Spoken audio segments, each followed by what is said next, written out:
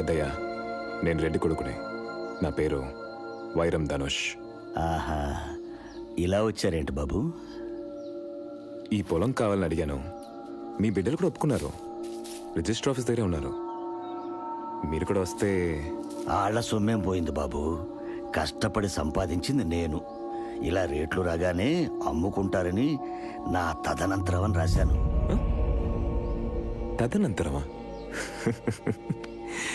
అసలు ఎవడు కనిపెట్టాడు ఈ పదం?